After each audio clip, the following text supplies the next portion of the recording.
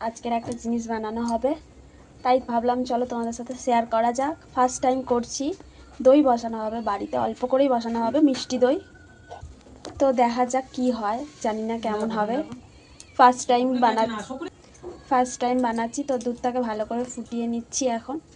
তারপরে দেখতে থাকো। তা ফুটে গেছে অনেক। এটা ফুটে হাফ করতে হবে। তো আমি ভাবলাম চিনিটা দিয়ে দিই। এখানে যেমন মিষ্টি খাবো তেমন চিনিটা দেবো।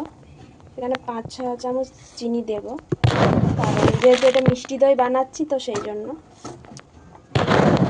মিষ্টি দই একটু মিষ্টি না হলে ভালো লাগে না। কী হবে জানি না।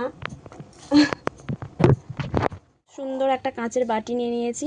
ভাবছি কি এতেই দইটা বসাবো, মিষ্টি দইটা। তার জন্য একটা ছোট 10 টাকার টক দই এনেছি। তো এটাকে ভালো করে ফেটে নেব, তার জন্য এটা ঢেলে দিচ্ছি।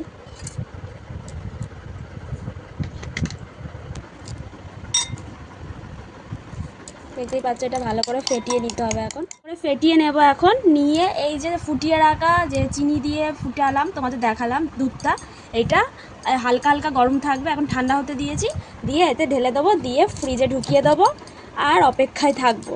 তো চলো এটা ভালো করে ফেটিয়ে নিই। দেখো দইটা একদম ফেটিয়ে নিয়েছি, একদম স্মুথ হয়ে গেছে, দেখতেই পাচ্ছ হয়ে গেছে। এবারে যে ওই যে দুধটা ফুটিয়ে রেখেছিলাম এটার মধ্যে ঢেলে দেবো। ওটা হালকা একটু উষ্ণ উষ্ণ গরম থাকবে, তখন ঢেলে দেবো। তো এই যে দুধটা এবারে এতে ঢেলে দেব। তো হালকা গরম আছে, হালকা গরম থাকবে। আর এটা পুরো 500 দুধের করেছি, কারণ বেশি করিনি, কারণ আদৌ হবে কি হবে না, প্রথমবার করছি তো সেই জন্য এই 500 দুধেরই করেছি। দেখা যাক কি হয়। এটা এবার ভালো করে গুলে এবার ফ্রিজে ঢুকিয়ে দেব।